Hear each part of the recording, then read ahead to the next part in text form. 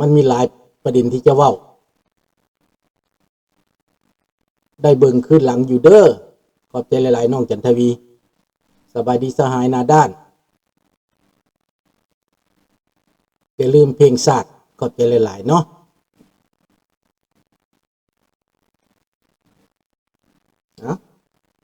สบายดีพี่น้องลูกหลานลาวไทยหัวใจเดียวกันเพื่อเสรีภาพและประชาธิปไตยทุกท่านยินดีต้อนรับทุกท่านเข้าสู่รายการเสียงประชาชนลาว Voice of the Lao People Welcome to everyone bienvenue à tous et à tous สวัสดีครับสบายดีพี่น้องขอห้องเพลงชาติไปเลยเนาะศาสตร์ลาวตั้งแต่เดิมมาขึ้นชื่อลือซาอยู่ในอาเซียนศาสตร์ลาวผูกพันไมตรีรวมสามัคคีฮักหอมกันหากศาสตร์หากปฏิเทาหากเจ้าปุกิจกิสาภูมักรวมศาสนาแต่บูหันมาฮักษาดินแดนบ่ให้สัตว์ใดมาล้วนหาวีลบกวนหยาดแย่งสิ่งเอาไปขึ้นเขามารู้วุ่นวายสู่จนตัวตายต้านทานศัตรูสวยเสือสู้เลือดเนื้อเสือเผาฟื้นฟูกูเอาบรรเทาถูกกันขอบใจเด้อพี่น้องเด้อยินดีต้อนรับทุกท่านพี่น้องที่เข้ามาหับฟังหับชมและกระจักข่าวเริ่มต้นบอกว่านางหมวยเป็นหยังโจเซฟจังอยากปกป้องจุดอ่อนจุดตายของโจเซฟบ่อยากเปิดเผยเจ้หมวยเป็นห่วงเจ้หมวยเพราะว่าคิดว่าเจ้หมวยเป็นคนรวมอุดมการณ์กันแต่ที่จริงแล้วเจ้หมวยกับเจ้นางเขาถามกันเขาเว้ากันทุกมื้อเพราะเขาเป็นเวียดนำกัน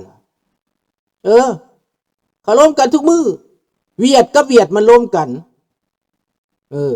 แก้วกับแก้วล้มกันพี่น้องเขาฮู้จักดังนั้นพี่น้องเขาเว้ากันเมิดก่อนเขาสิมานี้เขาเว้ากันเมิดแต่นายโจเซฟนี่มีจุดบอดพี่น้องมีจุดตายงึดว่าซั่นงึดว่าเป็นหยังมวยนี่จะไปเป็นใจเขามวยนี่จะไปเป็นไปได้บ่มือกล้องถ่ายรูปไม่ค่อยสิเป็นไปได้บ่อยากปกป้องนางหมวยหลายคนก็อยากปกป้องนางหมวยคิดว่านางหมวยเป็นคนดีหน้าดีหีขโมยได้พี่น้องเอ้ยฟังก็คักได้อีหมวยนั่นหน้าดีหีขโมยข้าพเจ้าบ่เชื่อมันเป็นหยังจังบ่เชื่อมันอยู่ในแก๊งเขาตั้งแต่ดุนพวกนี้นะอยู่ในแก๊งของรัฐบาลเบื้องต้นหันสิมาหลอกหาว่าผู้ใดต่อสู้ฟังเด้อแล้วสิรายงานรัฐบาลก็เชื่อใจให้เว้าเชื่อใจให้เคลื่อนไหวเพื่อสิหลอกจับคนที่เคลื่อนไหวแท้จริงแต่ว่าหลอกไปหลอกมาแล้วมันเข้าหัวพี่น้องมันเข้าหัวอยู่บ่อนใดน้ำเขื่อนเสน้ำน้อยแตกอีหมวยทนบ่ไหวพอมันผลตัวเองมันกระทบกับตัวเองพวกอื่นนั่นโอเคทำท่าไปเป็นคนซอยเหลือน้ำท่วมพากันไปมีเจ้นางมีผู้ใดแล้วมีบ่าวผลือเฮาอีกผู้หนึ่งแล้วก็มีเจ้หมวยเขาอยู่ในทีมเดียวกันเนาะลุงหูมุดตับไตใส่พุ่งพวกนี้แต่ลุงมีอย่าเว้าเนาะคันเว้ามาแล้วมันลูกหลานตัวเองแต่ก็ต้องเว้าต้องสอนเขาไปเฮาหู้ตับไตใส่พุ่งเขาหมดพวกนี้นะก้อนเจ้หมวยสิมานี้บ่แม่นสิมาได้ง่ายๆได้พี่น้องเอ้ยเจ้หมวยมีคดีจะต้องไปคิดได้คนมีคดีสิออกจากประเทศได้บ่ประวัติของเจ้าบ่ได้และฝรั่งเศสเขาบ่เอาออกบ่ได้แต่ว่าคนเวียดนามเหล่านี้เขาเคลียร์กันได้เขาโทรหาเจ้าหน้าที่ได้ตำรวจได้พวกผ้ามากก็เป็นตำรวจพี่น้องว่าตัวเจ้หมวยนี่ก่อนนี่ พวกนี้เขามีนิสัยเป็นเวียดนามพวกนี้นะเขาเฮียนมาจากเวียดนามถึงสิ่งใดก็ตามเขาก็อยู่ในวางครึ่ง50ย้ำประโยชน์เขาก็เอาย้ำบ่ประโยชน์เขาก็เศร้าเพราะข้าพเจ้าฮู้จักว่ามันเป็นแนวใดเนาะดังนั้นเจ๊หมวยตัดสินใจมานี้บ่แม่นเจ๊หมวยอินโนเซนต์ได้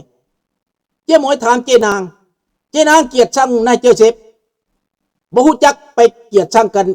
ห้อยหุนจำนวนใดก็บ่ฮู้เจ๊นางแปลว่าบ่มักโจเซฟอยากให้โจเซฟตาย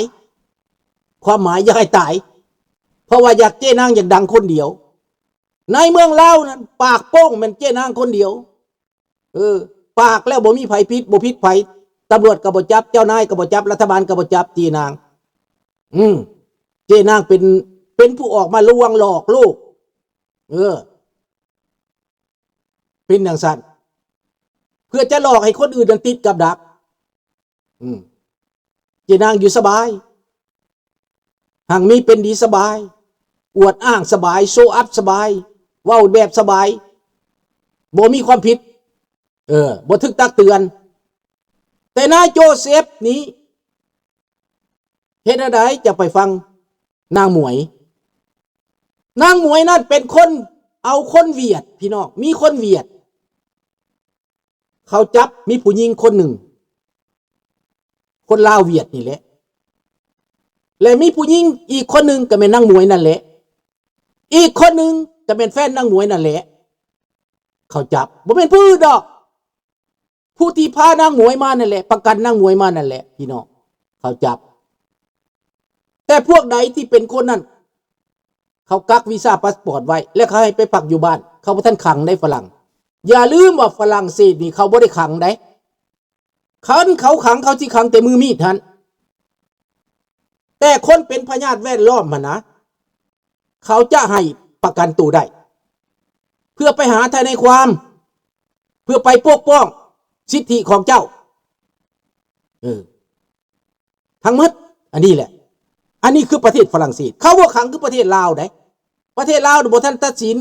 ขังก่อนแล้วนี่ขังก่อนแล้วแต่อันนี้บ่เขาจับไปอย่างเก่งก็คือ2 คืน24 ชั่วโมงเขาปล่อยโลดแต่ว่าเขากักเบิดได้วีซ่าเจ้าพาสปอร์ตเจ้าไปนะเขาบ่ให้เจ้าได้เขาอายัดเบิดได้เขาแจ้งในตม.เบิดได้เจ้าออกบ่ได้ได้นี่อันนั้นแหละพี่น้องเขาแจ้งเบิดเจ้าจะออกบ่ได้บาดนี้บางคนมันนางมวยออกจากคุกมาแล้วต้องขอลี้ภัยได้บอกข้าพเจ้าว่า impossible มีคดีอาญาเท่าใดเพราะว่าการมานี่วางแผนมีแฟนของนางหมวยมีคนมาจากลาวเป็นขบวนเลยเป็นขโยงเลยพี่น้องมันเป็นขโยงเลยอันนี้แหละสบายดีท่านนวล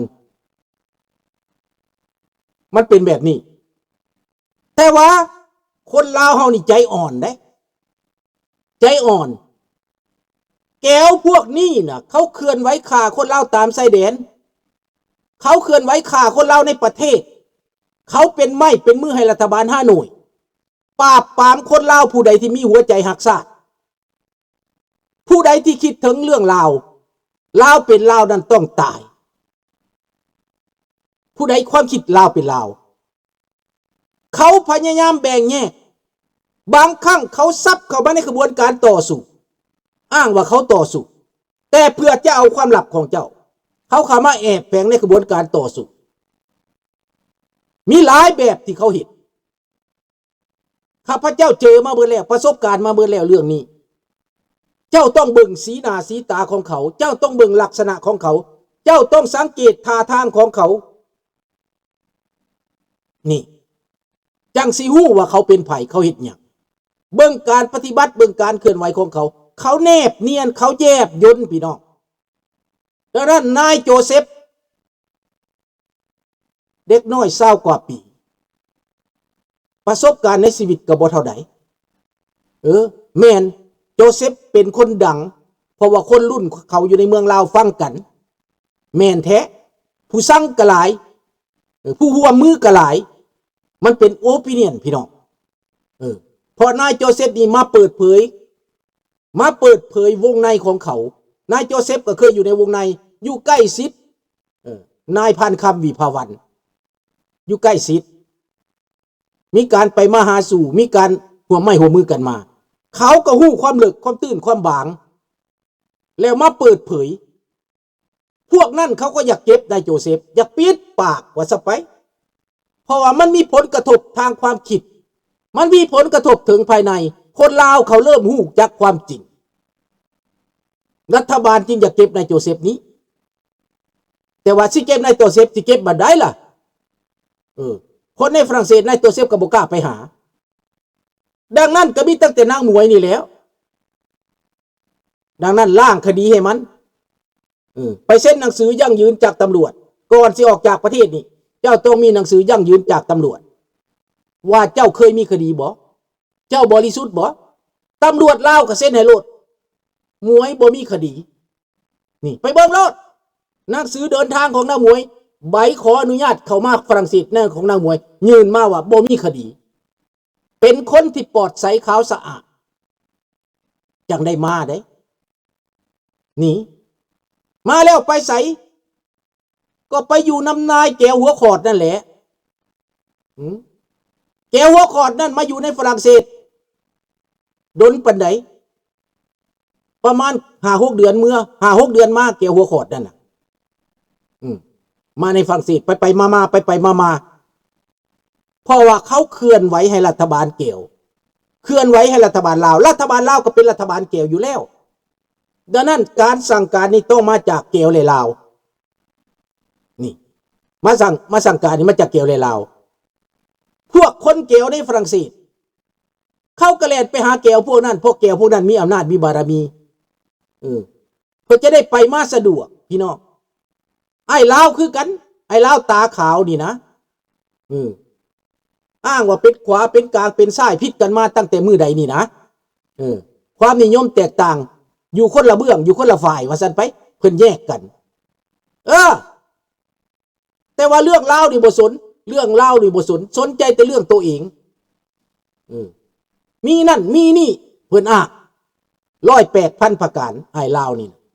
ดังนั้นเรื่องที่เกิดขึ้นกับคนลาวเพิ่นบ่สามารถจะแก้ไขได้เพิ่นบ่สามารถจะยืนมือเข้าไปซอยได้เพราะว่าความแก้ตัวมันหลายเด้อย่าลุงโพค่านั่นค่านี่เพิ่นมีเบิด pretext ของเพิ่นในข้อแก้ของเพิ่นหลายที่สุดดังนั้นคนที่บ่สู้คนลาวนี่เป็น 3-4 แสนคนนั้นบ่กล้าออกมาประจานบ่กล้าออกมาประณามบ่กล้าออกมาเปิดเผยบ่กล้าสู้เป็นหยังจังบ่กล้าเจนาเป็นเงียบๆบ่เงียบจังไดมันเกิดเรื่องมันสิฮอดไทยพญาราชอินตาเวลาเขาสืบมันก็ไปสะเทือนถึงเจนางแน่นอนคันเจนางไปเฮ็ดแบบนี้หรือมีนิสัยแบบนี้หรือเป็นหยังจังให้นางมวยออกไปเป็นหยังจังซอยนางมวยให้ได้ออกไปมีการเงินการทองซอยกันบ่นางมวยเอาเงินมาแต่ไสนะมันสะเทือนไปฮอดเจนางคือกันเด้อเจนางจังค่อยเงียบเล็กก้ามันพ่อหินซาพี่น้องถึกจังๆแล้วมันถอยได้มันจะด่าผู้นั้นผู้นี้ปั้งพอมันคิดว่ามันมีอำนาจในเซโนสวรรณเขตมันมีเพราะว่ามันมีผักมีพวกมีเส้นมีสายที่ได้กินได้อยากนะมันเด้มันก็เลยปากกล้าว่าแข็งพวกแก้วพวกนี้มันหากินน้ำแนวนี้หลังจากที่ฝรั่งเศสจับแล้วเขาสอบไปเบิดได้บัดนี้ฝรั่งเศสสรุปว่าในข้อหนังสือพิมพ์ไหนในข้ออัยการสรุปว่าได้ข้าพเจ้าอ่านเบิ่งแล้วเขาตีใส่ปัญหาการเมืองทั้งหมดเขาตีใส่ปัญหาละเมิดสิทธิมนุษย์ทั้งหมดและเขาก็ประณามรัฐบาลลาวอยู่ในนั้นในหนังสือพิมพ์มันก็ว่ามันเปิดเผยดังนั้นคนที่จับนี้ต้องสอบสวนลึกกว่านี้อีกเป็นคดีใหญ่เลยเด้อพี่น้องเด้อดังนั้นคนลาวในฝรั่งเศสอย่าไปเอาไว้นางหมวยนะอย่าไปซอยมันเด็ดขาดเด้อพี่น้องเด้ออย่าไปซอยมันข้ามชาติข้ามทะเลมาเพื่อก่อความวุ่นวายเพื่อสร้างเรื่องในฝรั่งเศส